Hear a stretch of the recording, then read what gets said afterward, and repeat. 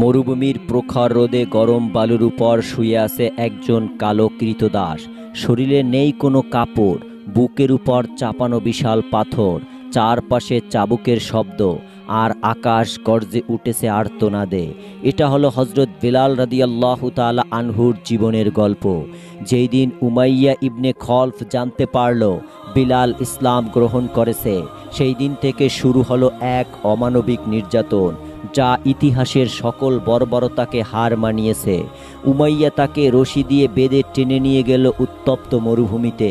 চাবুকের পর চাবুক মারতে মারতে বলল, হে বিলাল, মুহাম্মাদের কালিমা ছেড়ে দাও, নয়তো আজকে তোমাকে মেরে ফেলবো। কিন্তু বেলাল রাদিয়াল্লাহু তাআলা আনহু শান্ত কণ্ঠে বললেন, যেই কালিমা একবার গ্রহণ করেছি, জীবন থাকতে তা কোনো দিনই ছাড়ব না। উমাইয়া বেলালের বুকের উপর পাথর চাপিয়ে দিল। মরুভূমির উত্তপ্ত গরম বালুর কারণে বেলালের শরীরে পোড়া পড়ে গেল। রোদ যেন শরীর ভেদ করে ভিতরে ঢুকে যাচ্ছে, কিন্তু তার জিহ্বা তখনও থেমে থাকেনি। বিলালের জিহ্বায় তখনও উচ্চারণ করছে, আহাদ আহাদ আহাদ। এক জীবন্ত শহীদ হজরত বেলাল রাদিয়াল্লাহু তাআলা আনহুর জীবনের গল্প আজ আপনাদের সামনে তুলে ধরবে ইনশাআল্লাহ। ভিডিওটি না টেনে সম্পূর্ণ দেখার অনুরোধ রইল এবং ইসলাম প্রচারের স্বার্থে ভিডিওটিতে একটি লাইক দিবেন এবং শেয়ার করবেন। মক্কার প্রভাবশালী অত্যাচারী অহংকারী একজন ধনী ব্যক্তি ছিল উমাইয়া ইবনে খলফ। ইথিওপিয়া থেকে কিনে আনা একজন দাস হজরত বেলাল রাদিয়াল্লাহু তাআলা আনহু একদিন সন্ধ্যায় কাজ শেষে ক্লান্ত শরীরে ঘরে ফিরলেন। তখন তার মনিব উমাইয়া বলল, হে বেলাল, এই 10 কেজি গম হাতুড়ি দিয়ে ভেঙে আটা করো, আজ রাতের মধ্যেই কাজ শেষ করতে হবে। কিন্তু বেলালের শরীরে তখনও প্রচণ্ড জ্বর। সারাদিন মরুভূমিতে ছাগল চড়িয়ে এসে এখন আবার রাতের বেলায়ও কঠিন পরিশ্রম করতে হবে। তবুও তিনি শুরু করলেন। 1 থেকে 2 কেজি গম ভাঙার পর বেলাল রাদিয়াল্লাহু তাআলা আনহু মাথা ঘুরে পড়ে গেলেন, আর সেখানেই তিনি ঘুমিয়ে গেলেন। সকালবেলা উমাইয়া এসে দরজায় ধাক্কা দিল। বেলাল রাদিয়াল্লাহু তাআলা আনহু দরজা খুলে দিলেন। উমাইয়া ঘরে ঢুকে দেখলেন বিলাল কাজ শেষ করেনি। উমাইয়া রাগে ক্ষুব্ধ হয়ে উঠলেন এবং বলল, আমি তোমাকে যেই কাজ দিয়েছিলাম তা শেষ করনি কেন? বেলাল রাদিয়াল্লাহু তাআলা আনহু কাঁপা কাঁপা কণ্ঠে বললেন, মনিব, আমার শরীরে প্রচণ্ড জ্বর ছিল, তাই শেষ করতে পারিনি, আমাকে ক্ষমা করে দিন। কিন্তু ক্ষমা তো দূরের কথা, উমাইয়া তার চুল ধরে টেনে বাহিরে বের করলো। তারপর চাবুকের পর চাবুক মারতে লাগলো। আঘাতে শরীর ফেটে রক্ত বের হয়ে চাবুকের গায়ে লেগে যাচ্ছে।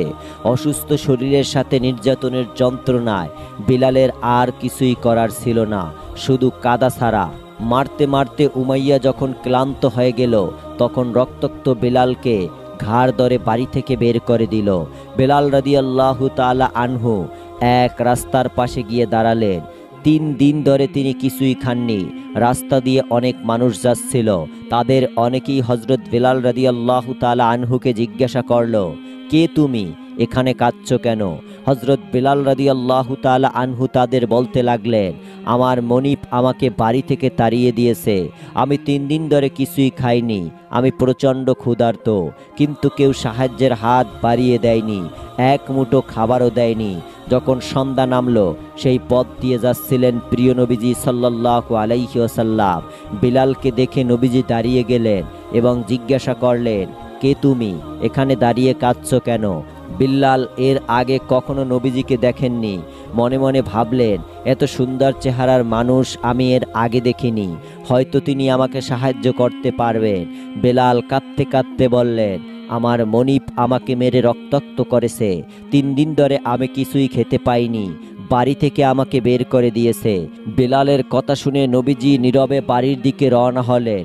পিছন থেকে বেলাল চিৎকার করে বললেন, হে সুন্দর চেহারার মানুষ, আমি ভেবেছিলাম আপনি আমাকে সাহায্য করবেন, কিন্তু আপনিও তো চলে গেলেন অন্যদের মতো।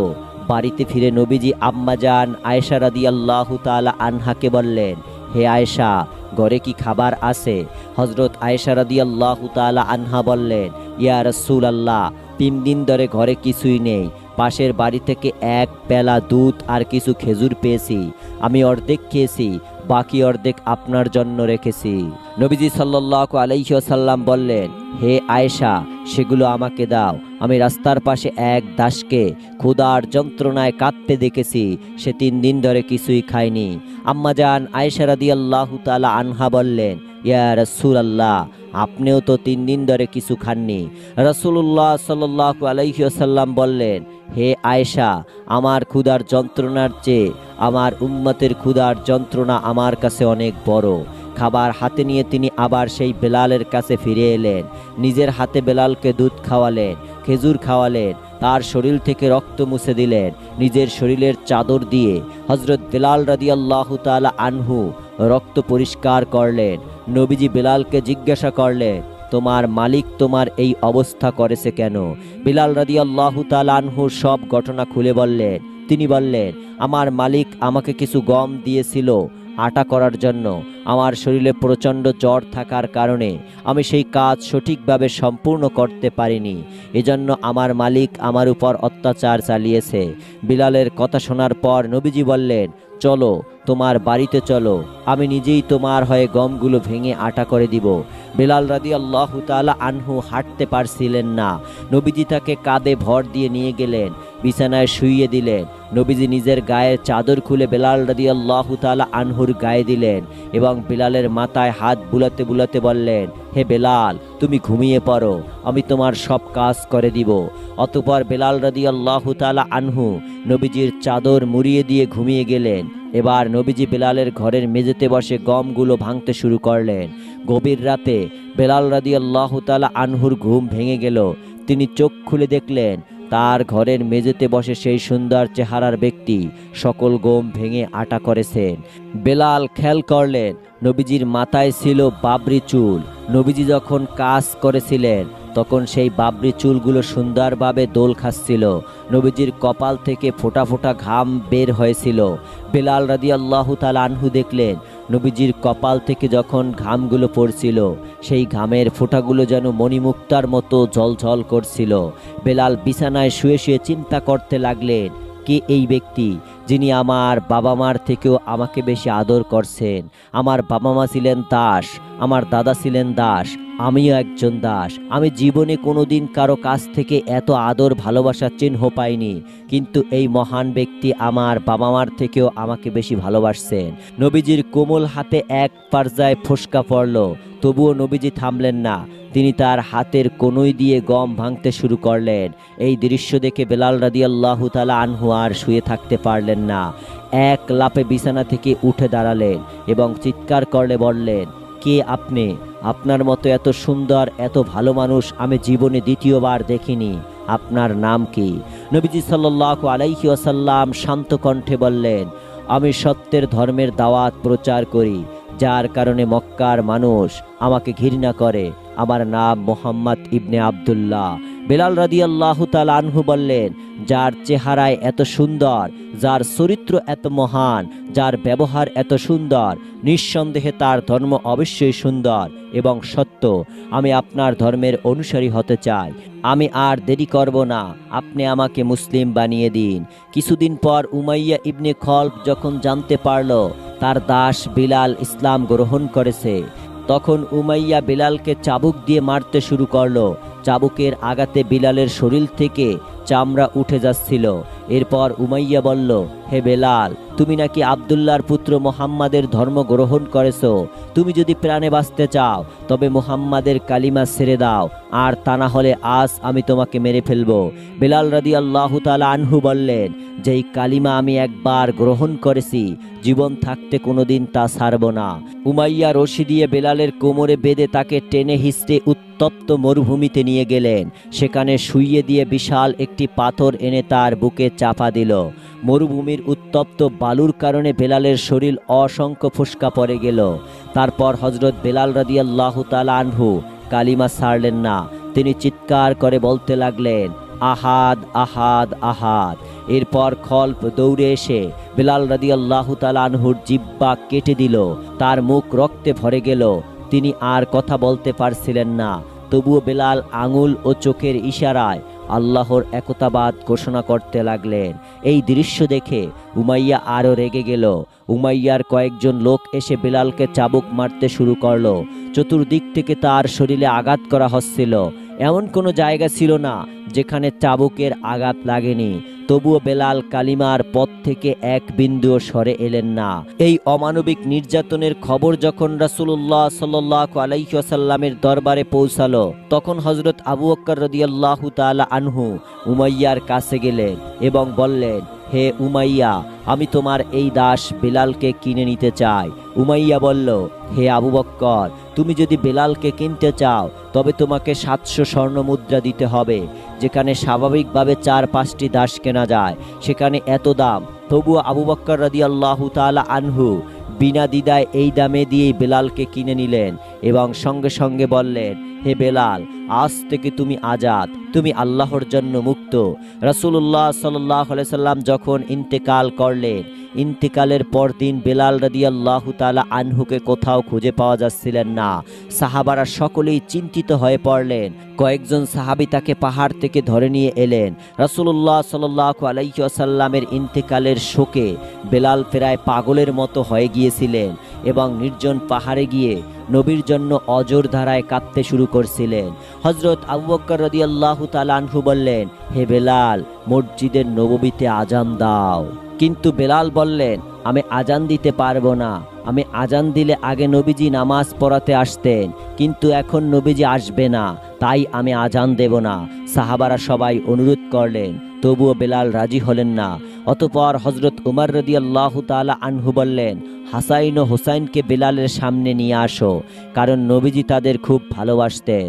হয়তো তাদের চেহারা দেখে বেলাল আজান দিতে রাজি হবেন। অতঃপর হাসাইন ও হোসাইনকে নিয়ে আসা হলো। তাদের দেখে বেলাল রাদিয়াল্লাহু তাআলা আনহু জড়িয়ে ধরে অজর দ্বারায় কাঁদতে লাগলেন। ছোট্ট হোসাইন বললেন, হে নানার মুয়াজ্জিন, নানা, পৃথিবী থেকে যাওয়ার পর কি আমরা তোমার মধুর আজান শুনতে পারবো না? ছোট্ট হোসাইনের এই কথা শোনার পর বেলাল আর দেরি করলেন না। মসজিদে নববীর ছাদে উঠে আজান দিতে শুরু করলেন। আজানের সুর শুনে মসজিদে নববীর সামনে মদিনার লোকজন ভিড় জমালো। তারা বলতে লাগলো, আমাদের মুয়াজ্জিন বেলাল ফিরে এসেছেন। বেলাল কিছুদিন মসজিদে নববীর পাশে অবস্থান করলেন, কিন্তু রাসূলুল্লাহ সাল্লাল্লাহু আলাইহি ওয়াসাল্লামের চলে যাওয়ার শোক তিনি কোনোভাবেই সহ্য করতে পারছিলেন না। অতঃপর তিনি পুনরায় সিরিয়ায় চলে গেলেন। কিছুদিন পর নবীর শোকে কলিজা ফেটে তিনি ইন্তেকাল করলেন। তাকে সিরিয়ার দামেস্কে দাফন করা হলো। একদা মদিনার গরিব, দুঃখী ও অসহায় মানুষের কষ্ট বোঝার জন্য হযরত উমর রাদিয়াল্লাহু তাআলা আনহু মাঝে মাঝে শব্দ না শুনেই মদিনার অলিতে গলিতে ঘুরে বেড়াতেন। এমনই একদিন মরুভূমির পথে হেঁটে যাচ্ছিলেন হযরত উমর রাদিয়াল্লাহু তাআলা আনহু। পথের পাশে একটি কুঁড়ের ঘর দেখতে পেয়ে দাঁড়িয়ে গেলেন এবং সেই কুঁড়ের ঘরের কাছে গিয়ে একজন বৃদ্ধা মহিলাকে দেখতে পেলেন। হযরত উমর রাদিয়াল্লাহু তাআলা নিজের পরিচয় গোপন করে বৃদ্ধা মহিলাকে জিজ্ঞাসা করলেন, ও বুড়িমা, তুমি কি এই কুঁড়ের ঘরে একাই বসবাস করো? বৃদ্ধা মহিলার আগে কখনো হযরত উমরকে দেখা হয়নি। তিনি বললেন, হ্যাঁ, আমার কোনো ছেলে মেয়ে নেই, আমি এই কুঁড়ের ঘরে একাই অসহায় জীবনযাপন করি। হযরত উমর রাদিয়াল্লাহু তাআলা আনহু আরো জিজ্ঞাসা করলেন, তুমি কি এই ঘরে একাই বসবাস করো? এই রাজ্যের খলিফা কি তোমার কোনো খোঁজখবর নেয়? বৃদ্ধা রাগান্বিত কণ্ঠে বললেন, আমি কোনো খলিফাকে চিনি না, আমি উমরকে দিয়ে কি করব? হযরত উমর রাদিয়াল্লাহু তাআলা আনহু বললেন, ও বুড়ি, তোমার রাগ কেন? উমর হয়তো ব্যস্ত থাকায় তোমার খোঁজখবর নিতে পারেনি। বৃদ্ধা বললেন, আমি কেন জানাবো? উমর এই রাজ্যের খলিফা, রাজ্যের জনগণের খোঁজখবর নেওয়া তার দায়িত্ব, অথচ সে কখনো আমার কোনো খোঁজখবর নিতে আসেনি, না জিজ্ঞাসা করেছে আমি কি খাচ্ছি, কি পড়ছি। বৃদ্ধার কথা শুনে হযরত উমর রাদিয়াল্লাহু তাআলার চোখে পানি এসে পড়ল, কারণ বুড়ির অভিযোগ যদি হাসরের ময়দানে করা হতো, আল্লাহর কাছে হযরত উমরকে সেই অভিযোগের জন্য দাঁড়াতে হতো। হযরত উমর রাদিয়াল্লাহু তাআলা বললেন, বুড়ি, তুমি কত টাকা পেলে তোমার কষ্ট ভুলে যাবে এবং আমাকে ক্ষমা করবে? এই সময় পথ দিয়ে হযরত আলী রাদিয়াল্লাহু তাআলা আনহু হেঁটে যাচ্ছিলেন। তিনি হযরত উমরকে দেখে এসে বললেন, আসসালামু আলাইকুম আমিরুল মুমিনিন। বৃদ্ধ চমকে গেলেন। ভয়ে থরথর করে কাঁপতে লাগলেন, কারণ এতক্ষণ উমরের সামনে দাঁড়িয়েই তিনি উমরের বদনাম করছিলেন। হযরত উমর রাদিয়াল্লাহু তাআলা আনহা আবার জিজ্ঞাসা করলেন, হে বুড়ি, তুমি কত টাকা হলে তোমার কষ্ট ভুলে যাবে এবং আমাকে ক্ষমা করবে? বৃদ্ধার মুখ থেকে কোনো শব্দ বের হলো না, তিনি ভয়ে থরথর করে কাঁপতে লাগলেন। হযরত উমর রাদিয়াল্লাহু তাআলা আনহা নিজের পকেট থেকে 25টি স্বর্ণমুদ্রা বের করে বুড়ির হাতে দিয়ে বললেন, ও বুড়ি, এই 25টি স্বর্ণমুদ্রা নাও এবং আমাকে ক্ষমা করো। বৃদ্ধা স্বর্ণমুদ্রা গ্রহণ করলেন। হযরত উমর রাদিয়াল্লাহু তাআলা আনহাকে বললেন, বুড়ি, তুমি এই চামড়ার দলিলের মধ্যে সই করো যে তুমি তোমার সকল দুঃখ কষ্ট ভুলে গিয়েছো এবং কিয়ামতের দিন হাসরের ময়দানে আমাকে কোনো অভিযোগ করবে না। বৃদ্ধা স্বর্ণমুদ্রা গ্রহণ করে দলিলে সই করলেন। সেই দলিলের সাক্ষী ছিলেন হযরত আলী রাদিয়াল্লাহু তাআলা আনহু। মুসলিম জাতির জন্য একজন গর্বিত নেতা ছিলেন হযরত উমর রাদিয়াল্লাহু তাআলা আনহু। তৎকালীন সময়ে পৃথিবীর সবচেয়ে শক্তিশালী রাষ্ট্র ছিল রোম ও পারস্য এবং রোমের বাদশাহ কায়সার। একদিন কায়সার একজন দূতকে বললেন, মদিনায় গিয়ে হযরত উমর সম্পর্কে খোঁজ খবর নাও। উমরের নাম শুনলেই পৃথিবীর বড় বড় রাজা যুদ্ধের ময়দান থেকে পালিয়ে যায় এবং উমরের আনুগত্য স্বীকার করে নেয়। দূত মদিনায় পৌঁছে মদিনার লোকদের জিজ্ঞাসা করলেন, তোমাদের রাজা কোথায়? মদিনার লোকেরা বলল, আমাদের কোনো রাজা নেই, আমাদের একজন আমির আছেন, হযরত উমর। তিনি এখন মদিনার মরুভূমির দিকে বের হয়েছেন। দূত মরুভূমির দিকে বের হলেন। সেখানে দেখলেন হযরত উমর বালির উপর শুয়ে মাথা হাতের উপর দিয়ে নিশ্চিন্তে ঘুমিয়ে আছেন। দূত বললেন, ইনি কি আমাদের আমির হযরত উমর, যার ভয়ে পৃথিবীর বড় বড় রাজাদের ঘুম হারাম হয়, যার নাম শুনলে পৃথিবীর রাজারা ভয়ে তার কাছে আনুগত্য স্বীকার করে নেয়? আর তার অবস্থা কি এমন? হযরত উমরের উত্তর ছিল, আমি ন্যায় এবং ইনসাফ প্রতিষ্ঠিত করেছি, এজন্য নিশ্চিন্তে একাকী নির্জনে ঘুমাতে পারি। আর অন্যায়কারী জুলুমকারী রাজাদের শতপ্রহর দেহরক্ষীর প্রয়োজন হয়। দর্শক, ভিডিওটি ভালো লাগলে আমাদের চ্যানেলটি সাবস্ক্রাইব করে আমাদের সাথেই থাকবেন। এরকম নিত্য নতুন ভিডিও পেতে আমাদের সাথেই থাকবেন। আল্লাহ হাফেজ।